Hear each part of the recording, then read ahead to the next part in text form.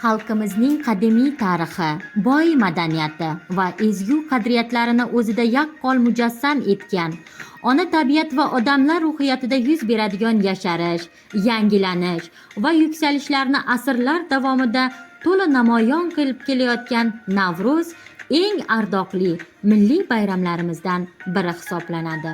Ushbu qadimiy bayramning ruhi va falsafasida mujassam bo'lgan borliqni asrab-avaylab, doimo u bilan uyg'un bo'lib yashash, mehr-oqibat, xayr-u saxovat, bunyodkorlik, bag'ri kenglik, do'stlik va hamjihatlik singari yuksak g'oyalar bugungi kunda yanada teran mazmun kasb etib bormoqda.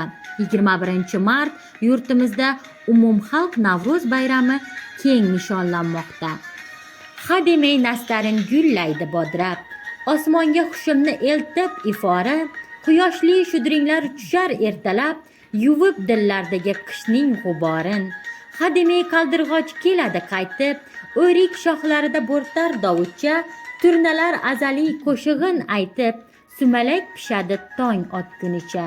Hademay lolalar bo'sadek titrab, tog'lar viqoriga munis boqarlar, yana necha oshiqlar yig'lab, bir-birin bag'rida gulxan yoqarlar.